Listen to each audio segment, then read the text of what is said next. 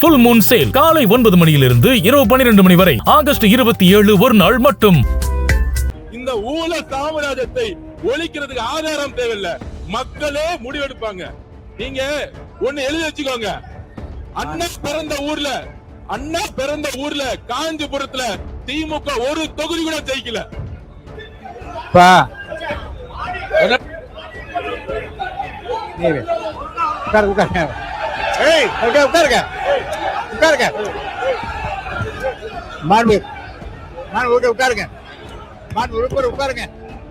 உட்காருங்க, நான் பேசுறேன். உட்காருங்க, இடத்துல உட்காருங்க.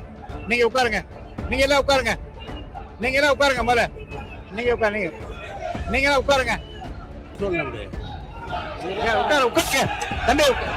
அண்ணா, மாணவ உறுப்பினர்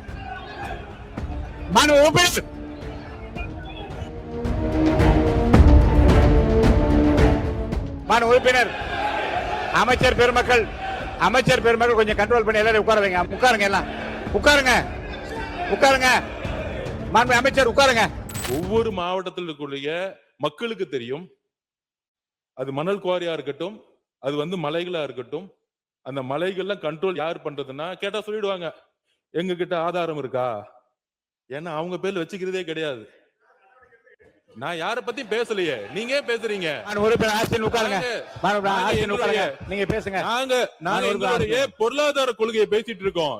ஏன் ஜி ஸ்கொயர்னா அண்ணன் எந்திரிக்கிறாரு, மலையை பத்தி பேசினா அண்ணன் எந்திரிக்கிறாரு. ஏன் பதட்டமாவாதீங்க, திமுக பதட்டமாவாதீங்க. எங்களுடைய பதட்டமாவும் இருங்க. ஆக்சுவலா பதட்டமாவாதீங்க. மலையை பத்தி பேசினா மலை பத்தி பதட்டம் பாத்தீங்க. நான் தைரியமா பேசுறேன், எனக்கு ஒன்னும் பிரச்சனை இல்ல, புரியுங்களா? நான் எந்த கட்சி பேரையும் பேசல, எந்த கட்சியை பத்தி நான் பேசல, எந்த கட்சி பேரையும் பத்தி பேசல, எந்த கட்சி பேரையும் பேசல. பொருளாதார கொள்கை தமிழக வெற்றி கழகத்துடைய புதிய ஆட்சி, எங்களுடைய முதல்வர் என்ன செய்ய விரும்புகிறாருங்கிறத நான் பதிவு பண்றேன். அதனாலதான் எந்த கட்சி பேரும் சொல்ல. எனக்கு சட்டசபையோட ஸ்பீச் எப்படி பேசணும்னு ஸ்பீக்கர் அவருக்கு கத்து கொடுத்திருக்கிறாரு. அதனால அதுக்கு ஏத்த மாதிரியே நம்மளும் பேசுவோம். அமைச்சர்கள் நம்மளும் அந்த வாழைப்பழத்துல ஊசி இறக்குறாங்களா, அதுவே நம்மளும் பேச கத்துக்குவோம். ஓகேவா? அப்ப இந்த பொருளாதார கொள்கை எப்படி இருக்குன்னா, அரசுடைய அதிகாரத்தை அதாவது தேர்தல் வெற்றி பெற்று வந்த பிறகு நிறைய பேர் சொல்லுவாங்க, என் பேர்ல ஒண்ணுமே இல்ல, ஆனா அவங்களுடைய குடும்பத்துல இருக்கவங்க பேர்ல மெடிக்கல் காலேஜ் இருக்கும், இன்ஜினியரிங் காலேஜ் இருக்கும். இது எல்லாம் எங்க இருந்து வந்துச்சுன்னா, இந்த மாதிரி மலைகளையும் இந்த மாதிரி மைன்ஸ்லயும் பினாமிகளை போட்டு அதுல இருந்து சட்டம் கல் எடுக்கிறது. 50 அடி 200 அடி கல் எடுக்குது. என்னென்ன ஃபைல் போட்டுக்கோங்க. கூடு சீக்கிரத்துல முதலமைச்சர் பண்ணுவாரு, எல்லாத்துக்கும் ஃபைனும் போடுவாரு, கைதும் பண்ணுவாரு, எல்லாமே நடவடிக்கை இருக்கும். ஆனால் நாங்க என்ன சொல்ல வரோம்னா, முதல்ல இந்த அரசியல் ரீதியாக வெற்றி பெற்ற பிறகு முன்னாள் அமைச்சர்களுடைய பினாமியா இருக்கக்கூடிய இந்த மலைகள்லாம் இருக்கு பாருங்களா, மக்களுடைய சொத்துக்களா மாற்றப்படும். அதான் அமைச்சர் முயற்சி செஞ்சுட்டு இருக்காரு. அப்படி பண்ணும் பொழுது சீல் வைக்கும் போது என்ன ஆயிடுதுன்னா, செயற்கையா ஜல்லியையும் மற்ற ரா மெட்டீரியலையும் அவங்க முடக்குறாங்க. ஏன்னா யார் கண்ட்ரோல் இருக்கு? இந்த மலைகளும் இந்த ஜல்லியும் இந்த மணலும் யார் கண்ட்ரோல்னா, இன்னைக்கு பழைய முறையில் யாரெல்லாம் இருந்தாங்களோ அவங்க கண்ட்ரோல் இருக்கு. இவர் சீல் வைக்க போனா உடனே சல்லி கிடைக்காம பாக்க, அப்ப ரேட் ஏறுது. உடனே இங்க இருந்தே நிறைய பேர் மெம்பர் சொல்றாங்க, நீங்க சீல் வைக்கிறதுனால ஜல்லி ஏறுது, மணல் விலை ஏறுது, கல்லு விலை ஏறுது. அதாவது ஆட்சியில் இவங்க தான் இருப்பாங்களாம், அதுக்கு லைசன்ஸ் கொடுக்கறது இவங்க தானா, மைன்ஸோட லைசன்ஸ் கொடுக்கறது இவங்க தானா, அவங்க குடும்ப உறுப்பினர்களும் தொழில் பண்ணுவாங்களாம். ஆனா ஆதாரம் இருந்தா சொல்லுங்க. மாண்புமிகு அமைச்சர்களே, முதல் இந்த பினாமியை புடிச்சு உள்ள தூக்கி போடுங்க. அங்க அடிச்சா யாரு குரல் கொடுக்கறாங்களோ, அங்க அடிச்சா யார் எந்திரிச்சு பேசுறாங்களோ அங்கதான் ஆதாரம் இருக்கு. மக்கள் மன்றத்து முன்பு நாங்க ஆதாரம் கொடுத்துட்டா போதும், யாரையும் ஜெயில தள்ள வேணாம். எந்த தேர்தலையும் யாரெல்லாம் பினாமி நிறுவனங்களை உருவாக்கி மைண்ட்ஸை கண்ட்ரோல் பண்ண எந்த தேர்தலையும் அவங்க ஜெயிக்கவே முடியாது. எழுதி வச்சுக்கோங்க. முன்னாள் அமைச்சர் அப்படிதான் மதுரையில் ஒருத்தர் மைண்ட்ஸை கண்ட்ரோல் பண்ணாரு, டெபாசிட் வாங்கல, மதுரையில ஜெயிச்சுட்டு வந்திருக்காரு. மதுரையில் ஏன் தெரியுமா ஜெயிச்சாங்க? முன்னாள் அமைச்சர் மதுரையில் இருக்க எல்லா மைண்ட்ஸையும் கண்ட்ரோல் பண்ணாங்க. அதனாலதான் அவர் இன்னைக்கு சட்டசபைக்கே வர முடியல. இதுதான் மக்களுடைய தீர்ப்பு. எப்பொழுது மக்களுடைய சொத்தை தன்னுடைய பினாமி நிறுவனங்கள் மூலம், தன்னுடைய குடும்ப நிறுவனங்கள் மூலம் கைப்பற்றாங்களோ, மக்கள் தேர்தல் அரசியல தூக்கி எறிவாங்க. எழுதி வச்சுக்கோங்க. இதுதான் புதிய அரசியல். நாங்க ஒரு மைண்ட்ஸை தொட மாட்டோம். நாங்க மணலை தொட மாட்டோம். எல்லா சொத்துக்களையும் மக்கள்கிட்ட கொண்டு போய் சேர்க்க வேண்டியது அமைச்சரோட பொறுப்புன்னு முதலமைச்சர் சொல்லி இருக்கிறார். அதுக்காக தான் நாங்க பண்ணிட்டு இருக்கோம். அதனால மாண்புமிகு பேரவைத் தலைவர்களே, ஆதாரம் இருக்கான்னா 30 வருஷத்துக்கு முன்னாடி யார் யாரெல்லாம் சைக்கிள்ல வந்து அரசியலுக்குள்ள வந்தாங்களோ, இன்னைக்கு யார் யாரெல்லாம் மெடிக்கல் காலேஜ் கட்டியிருக்காங்களோ, யார் யாரெல்லாம் இன்ஜினியரிங் காலேஜ் கட்டியிருக்காங்களோ, யார் யாரெல்லாம் பெரிய பெரிய பங்களா வந்து அரசியல் வந்து பேர் கட்டியிருக்காங்களோ, அங்கதான் உண்மையான ஆதாரம் மக்கள் பார்வையில் இருக்கு. மக்கள் தேர்தல் அரசியலில் தூக்கி எறிவார்கள். இதுதான் ஊழல். இதுதான் ஊழல். இந்த ஊழல் சாம்ராஜ்யத்தை ஒழிக்கிறதுக்கு ஆதாரம் தேவையில்லை, மக்களே முடிவெடுப்பாங்க. நீங்க ஒண்ணு எழுதி வச்சுக்கோங்க. அண்ணா பிறந்த ஊர்ல காஞ்சிபுரத்துல திமுக ஒரு தொகுதி கூட ஜெயிக்கல. இதுதான் ஆதாரம்.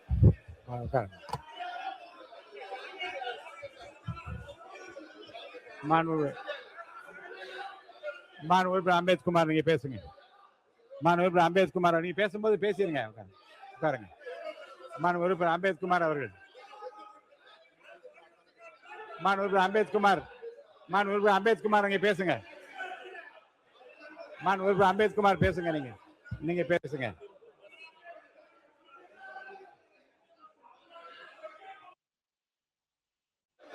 அம்பேத்குமார் அவர்கள்.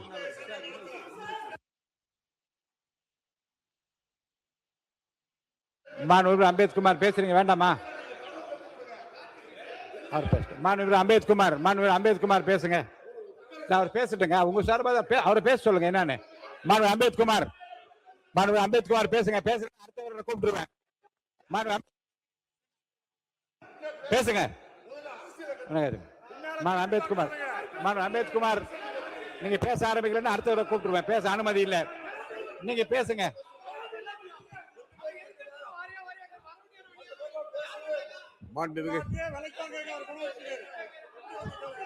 பேசுங்க.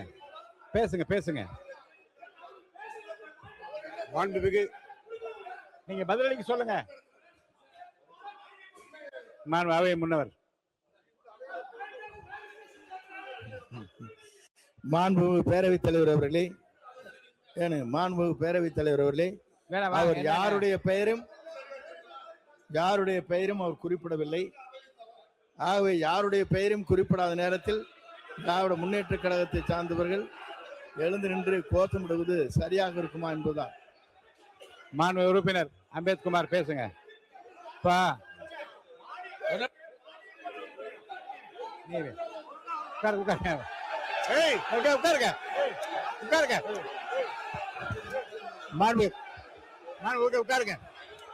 உறுப்பினர் உட்காருங்க.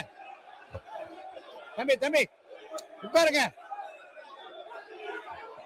நான் பேச உட்காருங்க. உறுப்பினர் உட்காருங்க. நான் பேசுறேன். உட்காருங்க. இடத்துல உட்காருங்க. நீங்க உட்காருங்க. நீங்க எல்லாம் உட்காருங்க. முதல்ல நீங்க உட்காருங்க. நான் பேசுறேன். உட்காருங்க. நீங்களே உட்காருங்க. நீங்க உட்காருங்க. நீங்க உட்காருங்க. முதல்ல உட்காருங்க. யாரா ஒருத்தர் உட்காருங்க. உட்காருங்க. நீங்க மட்டும் பேசுங்க. உட்காருங்க. உறுப்பினர்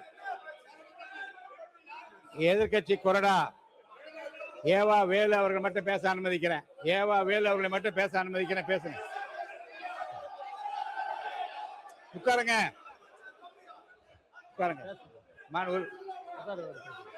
ஒருத்தர் உட்காருங்க. உறுப்பினர் நீங்க மட்டும் உட்காருங்க. நீங்களா உட்காருங்க. நீங்க இங்க உட்கார சொல்லுங்க. உறுப்பினர் எல்லாம் உட்காருங்க. உறுப்பினர் ஏவா வேலூர் நீங்க பாருங்க. உட்காருங்க. மாண்புமிகு பேரவைத் தலைவர்களே, நான் திரும்ப சொல்லிக் கொண்டிருக்கிறேன். இந்த அவையை பொறுத்தளவுக்கு பேரவைத் தலைவருடைய கட்டுப்பாட்டில் தான் நாங்கள் எல்லாம் பாதுகாப்பாக இயங்குறோம். ஆனால் ஒரு முறையும் ஒரு முறையும் கேளுங்க. பேரவைத் தலைவர் பேச விடுங்க. உட்காருங்க. தம்பி அண்ணா மாண்பு உறுப்பினர் மாண்பு உறுப்பினர்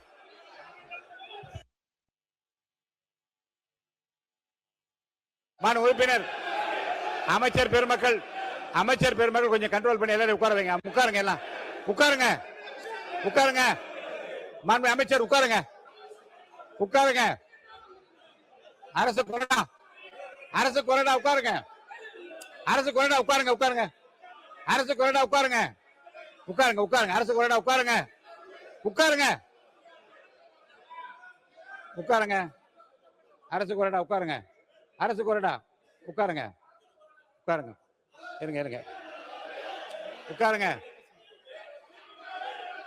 உட்காருங்க, உட்காருங்க, உட்காருங்க. மாண்பு நீர்வளத்துறை அமைச்சர் அவர்கள்.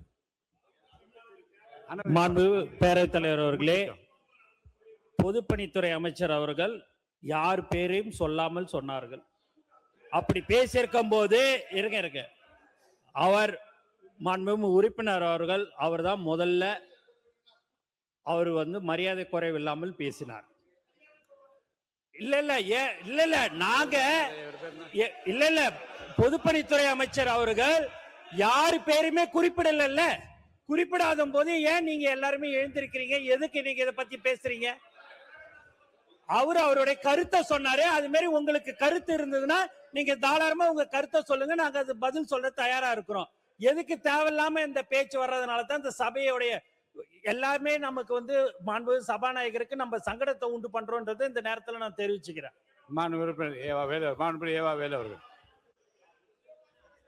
மாண்புமிகு பேரவைத் தலைவர்களே, ஒரு பொருள் குறித்து ஒரு சந்தேகத்தை சம்பந்தப்பட்ட அமைச்சரிடத்திலே கேட்டார்கள். அதுக்கு ஒரு விளக்கம் அவர் கொடுத்து கொண்டிருக்கிறார். அந்த விளக்கம் போறவில்லை என்று நம்பர் சொன்னாக்கா அதுக்கு இன்னும் கூட விளக்கம் கூட ஒரு அமைச்சர் என்பது கூட்டு இருந்தால் யாருனாலும் பதில் சொல்லலாம், அதில் ஒன்றும் மாற்று கருத்து இல்லை. பொதுப்பணித்துறை அமைச்சர் அதற்காக பதில் சொல்ல வந்திருந்த நிலையில நான் குறிப்பாக சொல்றேன். மதுரையில் முன்னாள் அமைச்சர் அவர்கள் அங்க இருக்கிற குவாரிகள்லாம் கட்டுப்படுத்தி வைத்த காரணத்தினால்தான் இன்றைக்கு அவருக்கு உள்ளே வரவில்லை என்று குறிப்பிடுவது யாரை குறிப்பிடுகிறார்? இப்படி சொல்லிட்டு நான் பேர சொல்லலாம் எப்படி? ஒன்று அடுத்து இதுல வர இருங்க. நீங்க நல்லவர் பேர் வச்சிருக்க, நீங்க யாருக்கு எடுத்துக்கிறீங்க? உட்காருங்க. அமைச்சர் பெருமக்கள் இவங்களை கண்ட்ரோல் பண்ணுங்க, உட்கார சொல்லுங்க. அடுத்து மாண்புமிகு பேரவைத் தலைவர், மாண்புமிகு பேரவைத் தலைவர், யாராவது இந்த பகுதியில் இருப்பவர்கள் யாராவது குறிப்பிட்ட அமைச்சர்கள் மீது நேரடியாக குற்றச்சாட்டு சொல்ல அவங்க சொல்லலாம். நாங்க யாரும் அது குற்றச்சாட்டை சொல்ல நேரடியா நான் யார் பேரையும் சொல்லலன்னு சொல்லிட்டு பங்களா கட்டி இருக்கிறார்கள், பொறியியல் கல்லூரி வைத்திருக்கிறார்கள், காலேஜ் வைத்திருக்கிறார்கள், குவாரி வைத்திருக்காருன்னு எப்படி சொல்லலாம்? யார் வச்சிருந்தா சொல்லணுமா இல்லையா? யார் வச்சிருக்காருன்னு பட்டி போனோமா இல்லையா? ஒன்று. நான் கேட்கறது, சம்பந்தப்பட்ட துறை பற்றி பேசிக்கிட்டு இருக்கிற பொழுது பல்வேறு வகையில பொதுக்கூட்டம் மாதிரி எப்ப பார்த்தாலும் பொதுப்பணித்துறை பொதுக்கூட்டம் பேசுறீங்க. நாங்க பொதுக்கூட்டம் பேசல. பொதுக்கூட்டம் போல நீங்கள் தான் பல்வேறு ஆதாரம் இல்லாத குற்றச்சாட்டு சொல்லுகிற பொழுது பேரவைத் தலைவரிடத்துல ஆதாரத்தை காட்டுன்னு சொல்றது என்ன தவறு? ஆதாரம் கொடு சொல்ற காரணத்தினால் பேசுகிறேன் என்று 19 பேசுவது எந்த விதத்தில் நியாயம்? ஆனால் இது சட்டப்பேரவை என்பது, நான் மீண்டும் சொல்லுகிறேன், இருந்தால் என்று உங்கள்கிட்ட காட்டிட்டு பேசணும்னு சொல்லியிருக்கிறோம் நாங்க. அதோட மாற்று கருத்துல. ஆனால் 19 பொதுப்பணித்துறை அமைச்சர் அவர்கள் தான் எப்பொழுது பார்த்தாலும் அரசியல் ரீதியாக உள்நோக்கத்தோடு நீங்கள் பேசுறீங்களே ஒழிய நாங்க என்ன உள்நோக்கத்தோட பேசுறோம்? சம்பந்தப்பட்டதான பேசிக் கொண்டிருக்கிறோம். ஆக பிரச்சனைகள் என்று வருகிற பொழுது அங்க எல்லாரும் எழுந்திருக்கிற போது எங்காலுங்க என்ன மரக்கட்டையா உட்கார்ந்து இருக்க முடியும்? உணர்வு வரதானே செய்யும். உணர்வு வரதானே செய்யும். அதனால இன்னும் சொல்ல போனால் இந்த சபையை நடத்துவதற்கு உங்களுக்கு முழுமையாக ஒத்துழைக்க வேண்டியவர்கள் ஆளுங்கட்சி தான்.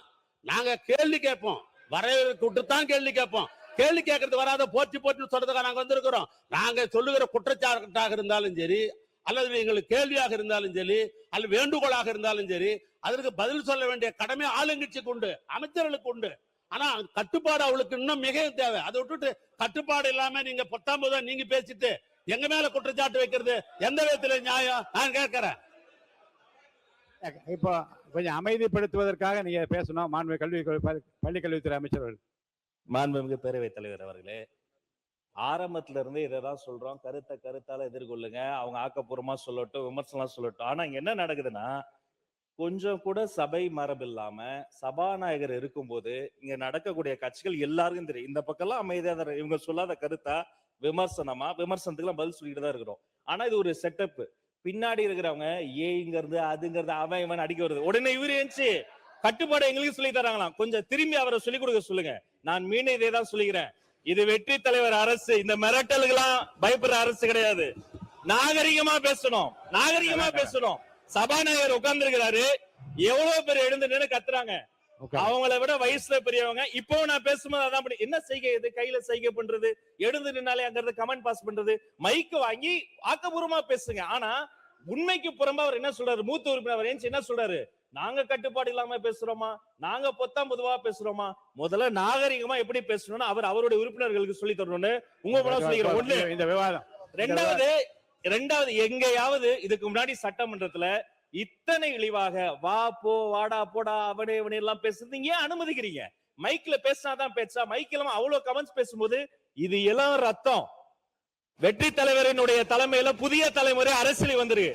நல்ல பாடங்களை சொல்லி கொடுங்க, எப்படி நல்லா பேசணும்னு சொல்லி கொடுங்க. அதை விட்டுட்டு வம்புக்கு இழுப்பதே அவங்கதான். ஃபுல் மூன் சேல் காலை 9 மணியிலிருந்து இரவு 12 மணி வரை ஆகஸ்ட் 27 ஒரு நாள் மட்டும்.